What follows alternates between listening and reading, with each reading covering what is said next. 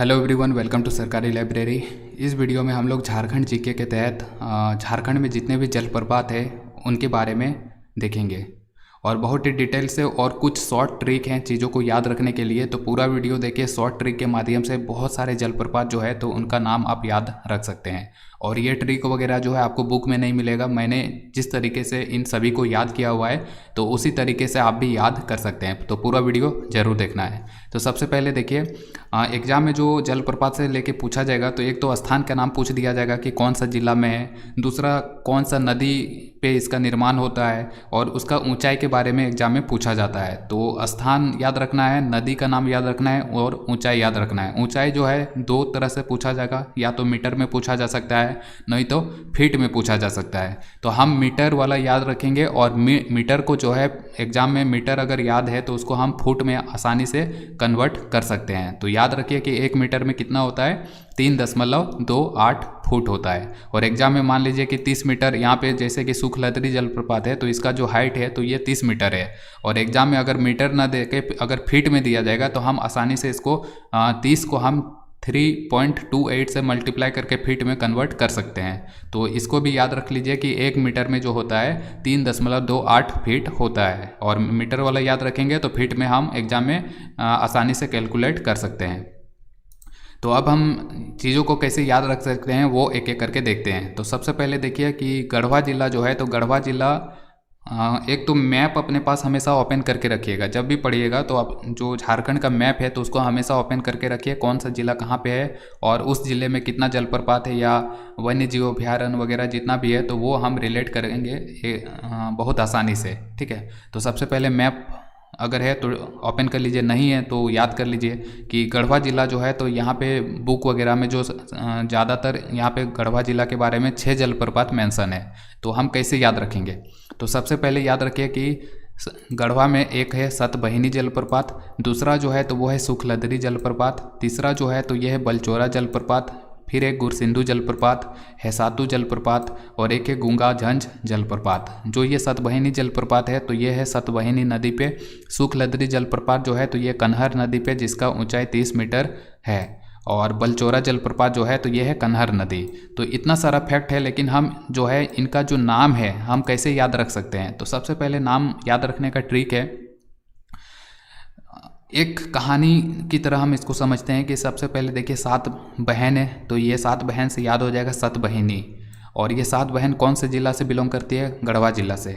और ये बहुत सुख के साथ रहती है तो सुख से हो जाएगा, सुख से हम याद रख सकते हैं सुखलदरी। तो 7 बहन एकदम सुख के साथ रहती है, क्यों, क्योंकि वो जो है चोरा से याद कर सकते हैं चोरी। ठीक है, तो 7 बहन बहुत सुख के साथ रहती है, क्यों, क्योंकि वो चोरी करके एकदम सारा ज़रूरत को पूरा कर लेती है।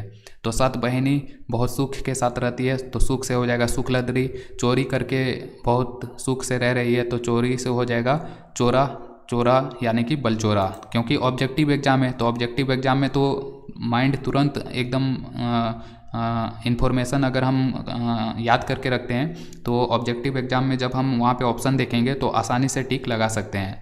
तो ये 7 बहिनी से पूछ लेगा कि 7 बहिनी जलप्रपात किस ज़िले में स्थित है, तो 7 बहिन याद आ जाएगा। 7 बहिन कहाँ, गढ़वा, तो ये हम तुरंत आसानी से टिक लगा सकते हैं। इसी तरह 7 बहिन जो है तो ये पूरा सुख से रह रही थी तो सुखलदरी जलप्रपात किस ज़िले में है, तो सुख से याद हो जाएगा सुखलदरी, गढ़वा जिला। उसके बाद इसी तरह बलचौरा जलप्रपात किस ज़िले में है तो हमें याद हो जाएगा कि 7 बहन सुख के साथ रहती थी क्योंकि वो चोरी करती थी, चोरी से हो जाएगा बलचौरा, तो ये हो जाएगा गढ़वा जिला। तो आसानी से टिक लगा सकते हैं। तो ये तीनों जो है आसानी से याद हम रख सकते हैं। इसके बाद गुरसिंधु, हेसातु और गूंगा झंझ, ये कैसे रखेंगे, तो देखिए यहाँ पे गुड़ है, गुरसिंधु में क्या है, गुड़। तो गुड़ से याद रख लीजिए, गुड़ जो हम खाते हैं ना तो वो वाला गुड़ जो है तो हम गुड़ को मिला करके सातु में एकदम मस्त सातु जो सत्तू होता है, सत्तू, तो उसको देहाती लैंग्वेज में सातु कहा जाता है। तो गुड़ को हम मिलाते हैं सातु में। उसके बाद मस्त एक आदमी है गूंगा, तो वो मस्त एकदम खा रहा है। ठीक है, तो गुड़ और सातु को मिला करके कौन खा रहा है, गूंगा आदमी। तो ये तीनों हो जाएगा, गुड़ से हो जाएगा गुरसिंधु, और सातू से हो जाएगा है सातू, उसके बाद यहाँ पे गुंगा से हो जाएगा गुंगाजंज। तो ये तीनों भी याद रख लगेंगे, ठीक है। तो दोनों कहानी याद रखेंगे। 7 बहन पूरे सुख के साथ रह रही है, क्योंकि वो चोरी करके रह रहा है। उसके बाद गुड़ के साथ सातू मिला के कौन खा रहा है, गूंगा आदमी। तो ये तीनों फिर याद हो जाएगा। तो इस तरह से हम इनको याद रख सकते हैं। इसी तरह देखिए यहाँ पे जो लातेहार जिला है, तो लातेहार जिला में कौन कौन सा जलप्रपात है। तो झारखंड का जो सबसे ऊंचा जलप्रपात है तो वो है बूढ़ाघाघ जलप्रपात, जो कि लोधाघाघ जलप्रपात के नाम से भी जाना जाता है। और ये किस नदी पे है, तो उत्तरी कोयल नदी पे है, जिसका ऊंचाई 137 मीटर है, फीट में 450 फीट। इसी तरह यहाँ पे देखिए बूढ़ाघाघ जलप्रपात, जिसको कि हम लोधाघाघ जलप्रपात के नाम से जानते हैं। तो यहाँ से लोधाघाघ से हम याद रख सकते हैं एक लोध, ठीक है। एक तो बूढ़ाघाघ हो ही गया, दूसरा हो जाएगा लोध जलप्रपात। तो लोध जलप्रपात जो है तो ये कहाँ पे, बूढ़ा नदी पे है। इसी तरह यहाँ पे देख सकते हैं लोधा में है, फिर यहाँ पे घाघ भी है। तो घाघ से हो जाएगा घाघरी, ठीक है। तो घाघ से हो जाएगा घाघरी जलप्रपात, और ये भी कहाँ पे है, लातेहार में, जिसका ऊंचाई 43 मीटर है, ठीक है। तो यहीं से बूढ़ाघाघ, जिसको कि हम लोधाघाघ के नाम से जानते हैं, लोधाघाघ में ही 2 नाम छुपा हुआ है। एक हो जाएगा लोध जलप्रपात और घाघ से हो जाएगा घाघरी जलप्रपात, और ये भी जो है लातेहार में है। इसी तरह फिर एक गौतम घाघ जलप्रपात, जिसका ऊंचाई 36 मीटर है, तो ये भी लातेहार में स्थित है। फिर लातेहार में टोटल 6 है, तो एक हो जाएगा मिर्चैया और एक हो जाएगा कांति। तो मिर्चैया और कांति नाम भी जो है याद रख लीजिए, मिर्चैया कांति, मिर्चैया कांति।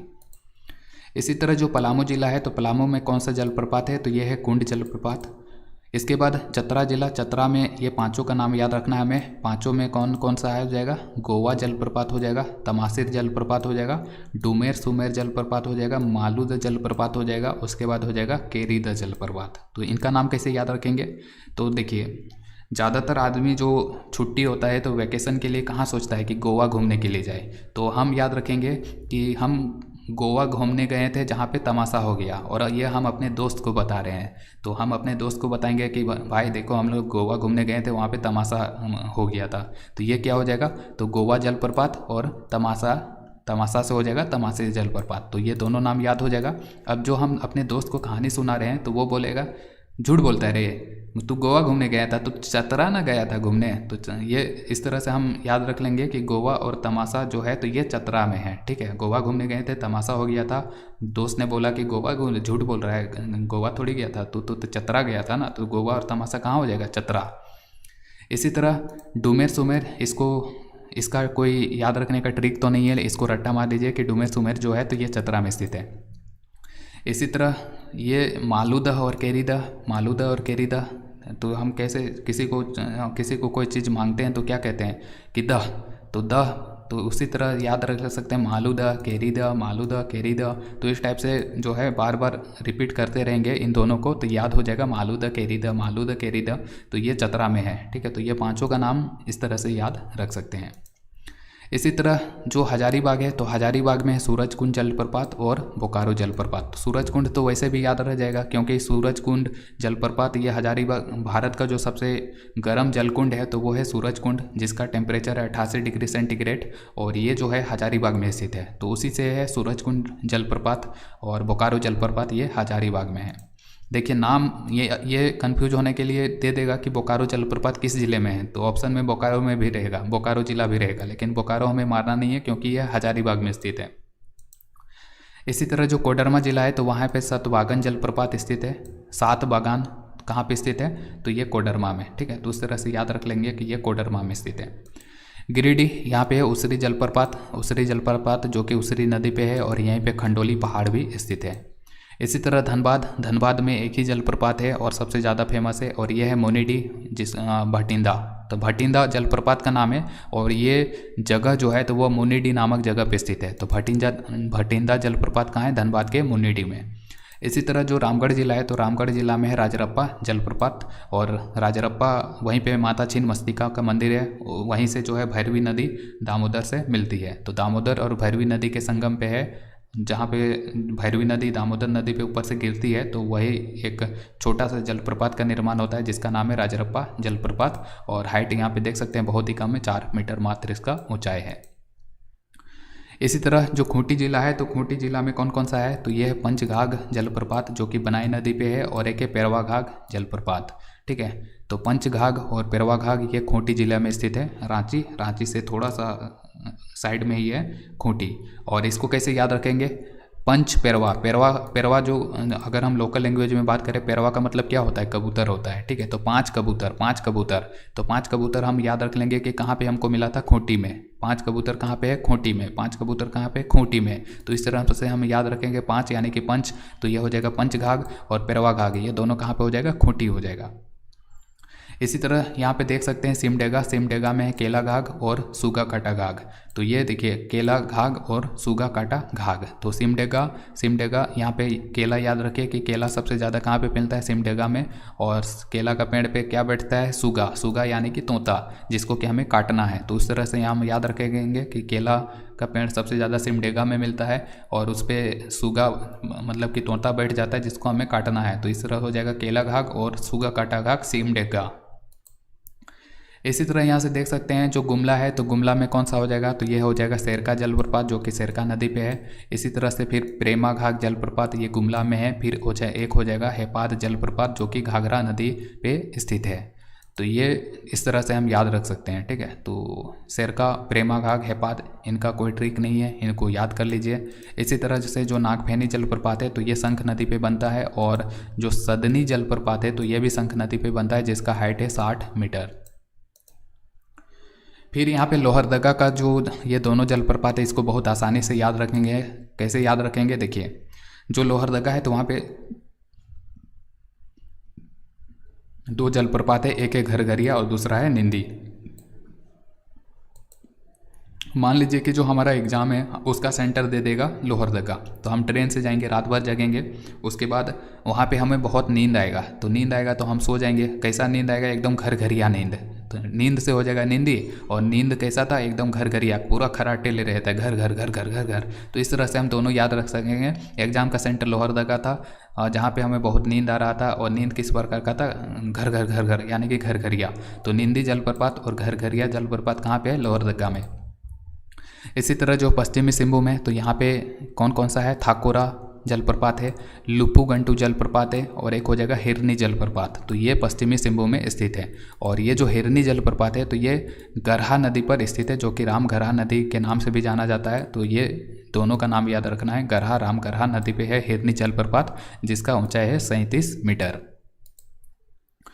पूर्वी सिंहभूम में कौन है? तो पूर्वी सिंहभूम में है धारागिरी जलप्रपात, और ये धारागिरी जलप्रपात जो है स्वर्ण रेखा नदी पे बनती है, ठीक है। तो ये याद रखें कि स्वर्ण रेखा नदी पे है धारागिरी जलप्रपात पूर्वी सिंहभूम में। और इसको कैसे याद रखेंगे? कि मान लीजिए कि इसको हम याद रख सकते हैं कि जैसे कि हम जमशेदपुर, पूर्वी सिंहभूम का मुख्यालय है, तो जमशेदपुर गए थे घूमने, तो हम वहाँ पे स्वर्ण रेखा नदी का धारा में गिर जाते हैं, ठीक है। तो स्वर्ण रेखा नदी के धारा में गिर गए, तो धारा में गिरे तो उसे हो जाएगा धारा गिरी, ठीक है। स्वर्ण रेखा नदी के धारा में गिर गए तो में गिरने से हो जाएगा, याद रख लेंगे, धारा गिरी, ठीक है। तो धारागिरी जलप्रपात जमशेदपुर पूर्वी सिंहभूम। पता नहीं ये जमशेदपुर में है कि नहीं, लेकिन ये पूर्वी सिंहभूम में बुक में है, तो इसको याद रख सकते हैं कि धारागिरी जलप्रपात पूर्वी सिंहभूम में स्थित है। इसी तरह जो साहेबगंज है तो साहेबगंज में है मोतीझरा जलप्रपात, जो कि अजय नदी पे है, इसका हाइट है 46 मीटर। अब जो झारखंड का राजधानी रांची है तो इसको याद रखें कि इसे झीलों का शहर कहा जाता है। यहाँ पे बहुत सारे जलप्रपात हैं, और जैसे कि झारखंड का जो पहला सबसे ऊंचा जलप्रपात था तो वो था बूढ़ाघाघ जलप्रपात, जो कि लातेहार में था। लेकिन जो दूसरा ऊंचा जलप्रपात है तो वो है होंडरू जलप्रपात, जो कि झारखंड का दूसरा सबसे ऊंचा जलप्रपात है, और ये रांची में स्थित है, स्वर्ण रेखा नदी पे है, और इसका हाइट है 98 मीटर।